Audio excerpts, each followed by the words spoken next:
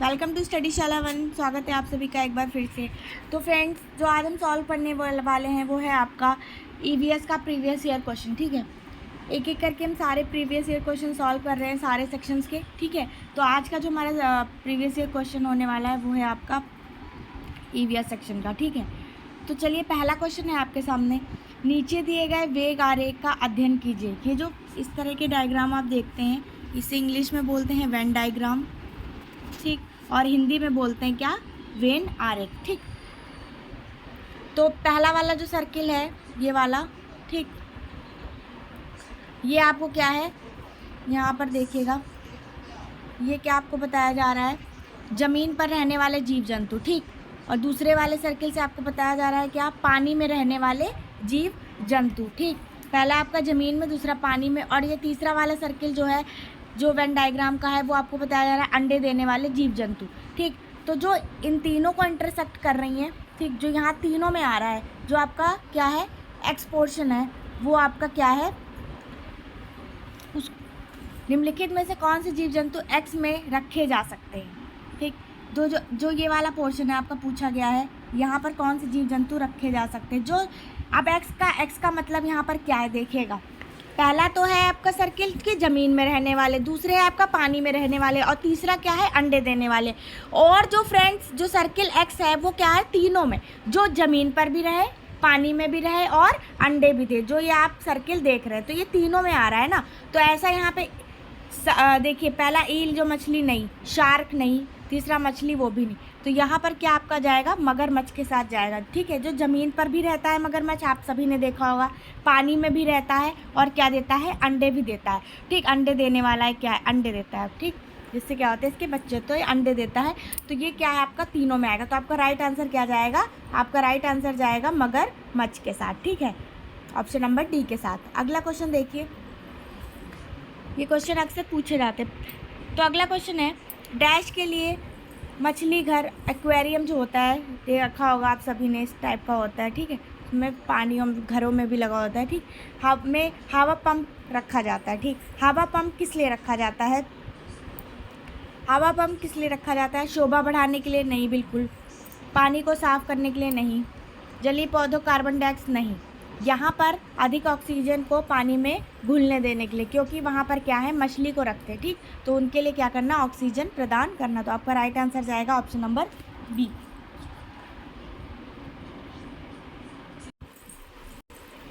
तो आपका option number क्या जाएगा, बी के साथ जाएगा। अगला क्वेश्चन देखिए,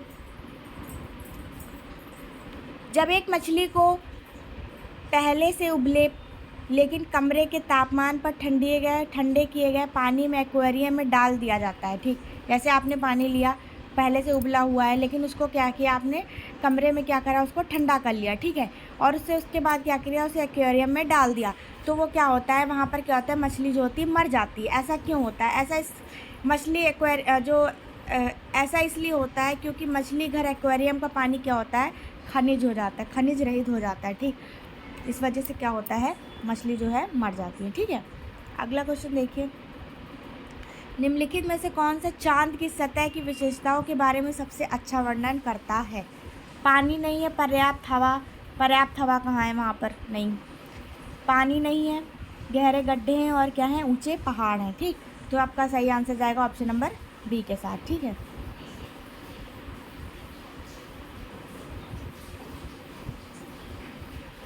निम्नलिखित में से कौन से समूह आपस में निकटतम रूप से क्या है, संबंधित हैं। उस समूह को आपको बताना है जो क्या है, आपस में क्या है, एकदम एक दूसरे क्या करते हैं, कहीं ना कहीं रिलेट करते हैं, कोरिलेट करते हैं, मतलब आपस में क्या है, संबंधित हैं। उस समूह को आपको बताना है। तो यहाँ पर पहला ऑप्शन देखिए, लौह, मलेरिया, एनीमिया, रक्त। ठीक, दूसरा है लौह, जिस आयरन, हीमोग्लोबिन, एनीमिया, आंवला। बिल्कुल सही ऑप्शन जाएगा क्या, ऑप्शन नंबर बी के साथ। जब आपके अंदर क्या होती है, खून की कमी होती है यानी, ठीक है, तो आपको क्या आयरन युक्त, लौह युक्त चीज़ें, हीमोग्लोबिन बढ़ाने वाली, और एनीमिया की आपको क्या होती है, बीमारी, इसमें खून की क्या होती है, कमी, और आंवला, ये सारी चीज़ें आपको क्या की जाती हैं, सजेस्ट की जाती है, जिसमें क्या होता है, आयरन सबसे ज़्यादा होता है। ऑप्शन नंबर बी के साथ क्या जाएगा, आपका सही ऑप्शन जाएगा। अगला क्वेश्चन है, अभिभावक शिक्षक अंतःक्रियाओं को उपलब्ध कराने का मुख्य उद्देश्य, यानी कि PTM, parent teacher meeting, parent teacher meeting जो होती है स्कूल्स वगैरह में, उसका उद्देश्य क्या होता है, ठीक। पुनर्बलन और सुधार के लिए बच्ची की योग्यता और कमजोरियों के बारे में चर्चा करना, बिल्कुल सही ऑप्शन है, ऑप्शन नंबर 1। एक दूसरे के साथ सामाजिक संबंध विकसित करना नहीं, सिर्फ इसका उद्देश्य ये नहीं है।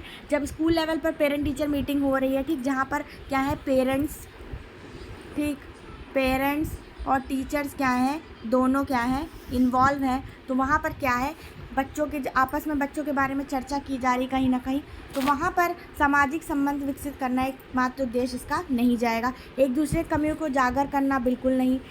विद्यालय में हो रहे क्रियाकलापों के बारे में जानकारी साझा करना नहीं, सिर्फ जानकारी साझा करने उससे कोई मतलब नहीं। यहाँ पर जो है कि बच्चों की योग्यताएं और क्या बच्चों की कमजोरियों के बारे में क्या करना, वहाँ पर आप चर्चा करेंगे, जिससे क्या हो गया, जैसे टीचर बताएंगे बच्चों की कमजोरी के बारे में, ठीक है, और पेरेंट्स बताएंगे बच्चों के बारे में और टीचर बताएंगे आप पेरेंट्स से, तो क्या होगा आपस में क्या होगा, जो भी प्रॉब्लम्स होंगी वो क्या होंगी, सॉर्ट आउट होंगी। तो उसका उद्देश्य सिर्फ यही होता है, ठीक है। अगला देखिए, सभी बड़े शहर सड़कों पर भारी संख्या में वाहनों के कारण पर्यावरण प्रदूषण की समस्या का सामना कर रहे हैं, बिल्कुल सही, ठीक। पर्यावरण संरक्षण के लिए यानी कि एनवायरनमेंट जो है उसके लिए संरक्षण के लिए प्रदूषण से शहर के लोग क्या है व्यक्तिगत रूप से डैश के माध्यम से क्या होते हैं, सहयोग दे सकते हैं। किस चीज़ के माध्यम से आप सहयोग दे सकते हैं, आप सभी को पता है कि इतनी ज़्यादा इंडस्ट्रियल पॉल्यूशन हो रहा है, ठीक है, और कहीं ना कहीं वाटर पॉल्यूशन इसके लिए भी जिम्मेदार है, और ये रोड ट्रांसपोर्ट वगैरह के जितने व्हीकल्स हैं, ठीक है, क्योंकि इससे क्या हो रहा है, बहुत ज़्यादा क्या होता है, प्रदूषण युक्त वातावरण हो रहा है। तो इसके लिए सर्वाधिक जो है आपसे पूछा गया है, ठीक है, व्यक्तिगत रूप से आप क्या सजेस्ट करेंगे, क्या सहयोग दे सकते हैं इन 4 ऑप्शन में से, जिससे क्या हो कहीं ना कहीं आपके जो पर्यावरण प्रदूषण है क्या उसको कम करने में क्या हो आपका योगदान हो। तो पहला ऑप्शन है आने जाने के लिए सर्वाधिक यातायात व्यवस्था का प्रयोग करें, ठीक। अक्सर घर से बाहर जाने से बच्चे नहीं, बाहर जाने से बचने को कोई यहाँ पे मतलब नहीं। व्यक्तिगत वाहन जैसे स्कूटर का आदि कार ना रखें, नहीं। पर्यावरण सुरक्षित सीमा के लिए व्यक्तिगत वाहन इंजन के रूप में जांच करवाएं, ठीक। तो यहाँ पर जो आपका सही ऑप्शन जाएगा क्या हो जाएगा, आने जाने के लिए सर्वाधिक क्या करें आप, यातायात व्यवस्था यानी कि जो क्या है गवर्नमेंट ट्रांसपोर्ट, जो पब्लिक ट्रांसपोर्ट है आप उनको यूज़ करें, ठीक। अगर आप व्यक्तिगत साधन आप ज़्यादा यूज़ करेंगे, जैसे यहाँ पे क्वेश्चन पूछा गया था क्या, सिर्फ व्यक्तिगत रूप से आपसे पूछा गया था, ठीक, आपके पर्सनल उससे, तो यहाँ पर है क्या करेंगे, जब आप सर्वाधिक क्या करेंगे यातायात उसका प्रयोग करेंगे, तो क्या होगा कहीं ना कहीं वाहन रोड पर क्या होंगे, कम होंगे, और जिससे क्या होगा पॉल्यूशन भी कहीं ना कहीं कम होगा। अगला क्वेश्चन देखते हैं। कक्षा 5 का समीर अक्सर समय पर पर्यावरण अध्ययन की शिक्षा के पर दत्त कार्य जमा नहीं कराता। दत्त कार्य मतलब उसके असाइनमेंट वो क्या करता है, अपनी टीचर के बाद क्या करता है, पर्यावरण अध्ययन यानी कि EVS, ठीक, नहीं सबमिट नहीं करता टीचर को, ठीक है, दत्तकार जमा नहीं करता। इससे निपटने का सर्वोत्तम सुधारात्मक उपाय क्या हो सकता है आपकी नज़र में, सबसे ज़्यादा क्या हो सकता है, बेटर हो सकता है उसे खेल कूद की कक्षा में जाने से रोकना, नहीं, ऐसा नहीं। अनियमितता के कारण पता करना और समीर को परामर्श देना, बिल्कुल, कि अनियमितता मतलब नियमित नहीं, जो नियमित ना हो, ठीक, जो नियमित नहीं है कि वो नियमित असाइनमेंट क्यों नहीं जमा करता, ठीक, जो टीचर्स उसे देते हैं, तो इसका क्या करना है आपको, कारण पता करना और समीर को क्या करना, परामर्श देना। इससे क्या होगा फ्रेंड्स, डांटने से मना करने से चीज़ें बिगड़ती हैं, ठीक। जब आप उससे बैठकर बात करेंगे, प्रॉब्लम सॉर्ट आउट करेंगे, आप परामर्श देंगे, उससे पूछेंगे, ठीक, तो उससे क्या होगा कहीं ना कहीं क्या होगा, समीर जो है अपने आप को क्या टीचर के प्रति क्या करेगा, एक फ्रेंड की तरह क्या करेगा, ट्रीट कर पाएगा और प्रॉब्लम शेयर कर पाएगा। इससे क्या होगा, टीचर भी उसकी प्रॉब्लम दूर कर पाएगा, ठीक है। अगला क्वेश्चन देखते हैं। वायु हर जगह है। प्रकरण के पढ़ते समय एक शिक्षक क्या है, विद्यार्थी से निम्नलिखित प्रश्न पूछा है, ठीक। वायु हर जगह, इस टॉपिक पर क्या करता है, तमाम सारे क्वेश्चन क्या करता है, टीचर पढ़ाते समय बच्चों से पूछता है, ठीक।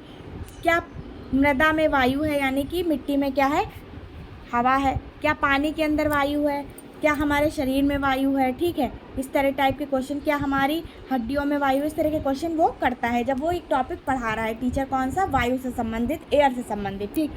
तो शिक्षक शिक्षार्थियों में निम्नलिखित में से कौन सा कौशल विकसित करने का प्रयास कर रहा है, ठीक, वो ऐसा करके कौन सा कौशल विकसित कर रहा है, ठीक। यहाँ पर जो है क्या जाएगा आपका, अवलोकन कौशल, ठीक, अपनी क्या कर रहा है, अपनी स्किल्स को क्या कर रहा है वो बढ़ा रहा है बच्चों की, ठीक। तो यहाँ पर आपका जाएगा अवलोकन कौशल के साथ, ठीक है। एक कक्षा में औसत से कम वाले 4 विद्यार्थी हैं, उन्हें विद्यार्थियों के समान लाने के लिए निम्नलिखित में से कौन सी व्यू रचना सबसे प्रभावी होगी। ठीक, औसत से कम वाले, ठीक, उनके अधिगम के कमज़ोर क्षेत्रों की पहचान करना और उनके अनुसार सुधारात्मक उपाय का उपलब्ध कराना। बिल्कुल अच्छा ऑप्शन है ये। यह सुनिश्चित करना कि इनमें सिर्फ विद्यालय आए नहीं, विद्यालय आने से इसे बात नहीं बनेगी। ठीक है, कि बस विद्यालय आ गए, नहीं, जब तक आप बच्चे से खुद परामर्श नहीं करेंगे, उनको क्या करेंगे, सुधारात्मक उपाय क्या करेंगे, उपलब्ध नहीं कराएंगे। उन्हें घर पर करने के लिए अतिरिक्त दत्त कार्य देना। दत्त कार्य से क्या प्रॉब्लम सॉर्ट आउट हो जाए, आपने असाइनमेंट दे दिया घर के लिए, बस ऐसा तो कुछ भी नहीं है। उन्हें अगली पंक्ति में बैठाना, उनके काम पर लगातार पर्यवेक्षण करना, नहीं, सिर्फ पंक्ति में बैठा कर नहीं। यहाँ पर जो आपका सही ऑप्शन, बहुत बेटर ऑप्शन जाएगा, वो है उनके अधिगम के कमज़ोर क्षेत्र, मतलब उनके लर्निंग के क्या, जो उनके वीक एरियाज़ हैं, ठीक, कमज़ोर क्षेत्र हैं, उनके वीक एरियाज़ पर क्या करना, चर्चा करना, ठीक, पहचान करना, क्षेत्रों में क्या करना, पहचान करना, मतलब जो उनके कमज़ोर एरिया हैं उनको क्या करना, आपको उनको निकालना कि हाँ बच्चा इस चीज़ में कमज़ोर है, और फिर क्या करना, सुधारात्मक, उससे रिलेटेड, जिस चीज़ में वो कमज़ोर है उससे रिलेटेड क्या करना, उपाय उपलब्ध कराना। तो आपका सबसे अच्छा ऑप्शन जाएगा ऑप्शन नंबर ए। अगला क्वेश्चन देखिए, निम्नलिखित में से कौन सा वर्तमान पर्यावरण अध्ययन पाठ्यक्रम के 6 मुख्य थीमों में से एक नहीं है। फ्रेंड्स, मैंने आपको बताया था ईवीएस के थीम ज़रूर पढ़ लीजिएगा, एक क्वेश्चन हमेशा पूछा जाता है, थीम्स और सब थीम्स, ठीक, थीम और सब थीम्स, ये दोनों वाले पॉइंट जो है आप पढ़ के जाइएगा, दोनों पॉइंट, क्योंकि थीम से रिलेटेड एक क्वेश्चन जब आप ईवीएस पढ़ने बैठे हैं तो सबसे पहले आप सिलेबस में यही देखेंगे सीटेट के कि आपके 6 थीम्स हैं। अब वो 6 थीम्स कौन से हैं और 4 सब थीम्स कौन से, मैंने भी आपको पढ़ा रखा है, आप मेरी प्लेलिस्ट में जा करके वहाँ से वीडियो देख सकते हैं। ठीक है, तो आपको सबसे पहले तो आपके सिलेबस के थीम्स ही पता होने चाहिए। अब यहाँ पर देखिए सीधा डायरेक्टली आपके थीम से क्वेश्चन बन गया कि मुख्य थीम पूछे, यानी कि सब थीम नहीं, आपके मेन थीम यहाँ पे कौन कौन से नहीं है, उनमें से एक जो है मुख्य थीम नहीं है।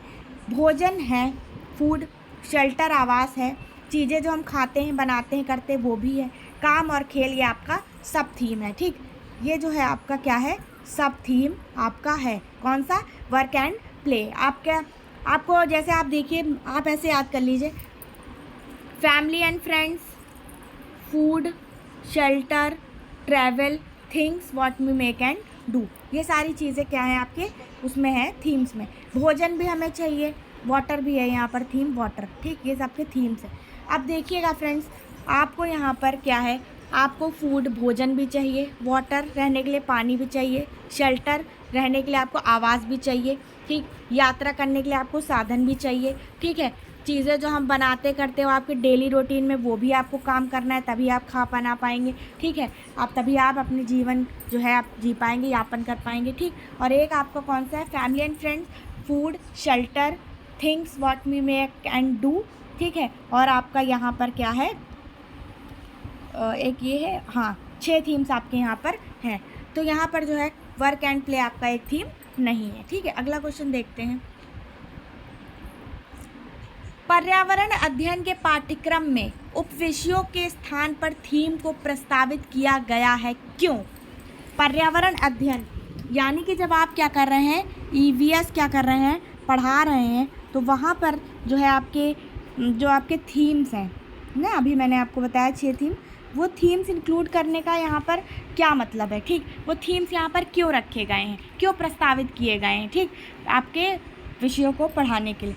पहला ऑप्शन है क्यों, पर्यावरण अध्ययन में पाठों को कम करने के लिए नहीं, ऐसा नहीं, बच्चों के परिवेशीय बोध में वृद्धि करने के लिए हो सकता है ऑप्शन, बट इससे बेटर देखते हैं, बच्चों के स्थानीय परिवेश के मुद्दों से जुड़े हुए अंतर संबंधित समझ के क्या करने के लिए, विकास के लिए।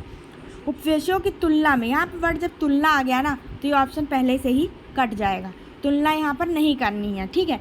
परिवेशी बोध कम करने के लिए, वृद्धि करने के लिए नहीं, इससे बेटर आपका ऑप्शन कौन सा जाएगा, आपका ऑप्शन नंबर 3 जाएगा, बच्चों के स्थानीय प्रवेश, ठीक, स्थानीय मतलब जो उनसे रोज़ वाली चीज़ें, जो जितने भी थीम्स हैं ना फ्रेंड्स यहाँ पर जो आपके सीटेट के हैं, वो सारे आपके रोज़मर्रा की ज़िंदगी से जोड़े गए हैं बच्चे, जिसमें क्या कर पाए बच्चे, सिर्फ रट ना पाए, ठीक, वो घर में वो चीज़ देखें, आपके आस पड़ोस में परिवेश में देखें, अपने एनवायरनमेंट में क्या करें, परिवेश मतलब यहाँ पर एनवायरनमेंट में भी वो सारी चीज़ें देखें, जिससे क्या हो, अंतः संबंधित संबंध, मतलब क्या इंटरपर्सनल स्किल्स क्या करें बच्चे की, क्या हो, विकसित हो, उनका क्या हो, विकास हो, उनका डेवलपमेंट हो। इस वजह से ये सारे थीम्स क्या करे गए हैं, प्रस्तावित किए गए हैं। सिर्फ आपने चैप्टर 1 दे दिया सिलेबस में, बच्चे ने पढ़ लिया, क्वेश्चन आंसर कर लिया, याद कर लिया, नहीं।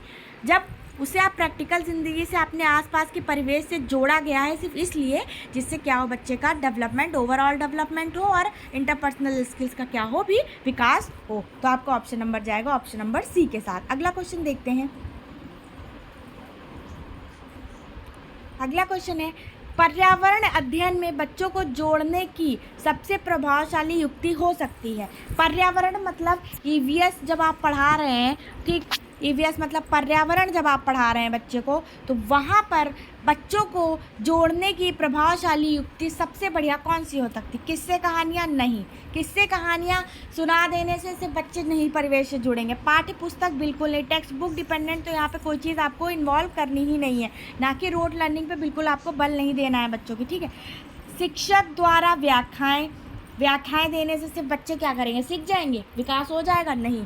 कक्षा निर्देशन, डेमोस्ट्रेशन मेथड जिसे बोलते हैं, क्या, डेमोस्ट्रेशन मेथड, दैट वन, ठीक, डेमोस्ट्रेशन मेथड, कक्षा निर्देशन बच्चे का, डेमोस्ट्रेशन मेथड में बच्चे क्या करेंगे, खुद करेंगे, ठीक, खुद हर चीज़ डेमोस्ट्रेट करेंगे। चाहे वो आपका, अगर आपने पौधों से रिलेटेड पढ़ाया तो आप जैसे भ्रमण पर ले गए कहीं पे बच्चों को घुमाने के लिए, तो वहाँ पे सारे पौधों के बारे में आपने क्या किया, चीज़ें उन्हें वहाँ करके बताई, फिर कि जड़ों से क्या करते हैं, मिनरल्स प्रोवाइड होता है, सारी चीज़ें, वाटर कैसे जाता है पेड़ों में, ये सारी चीज़ें। तो वहाँ पर जब बच्चे, आप डेमोस्ट्रेशन, कोई प्रैक्टिकल चीज़ है तो बच्चे क्लास में लैब वगैरह है तो बच्चे खुद कर रहे हैं, तो वहाँ पर क्या हो रहा है, आप खुद जो है बच्चे डेमोस्ट्रेट कर रहे हैं, खुद सीख रहे हैं, तो यहाँ पर क्या जाएगा आपका कक्षा निर्देशन, ठीक।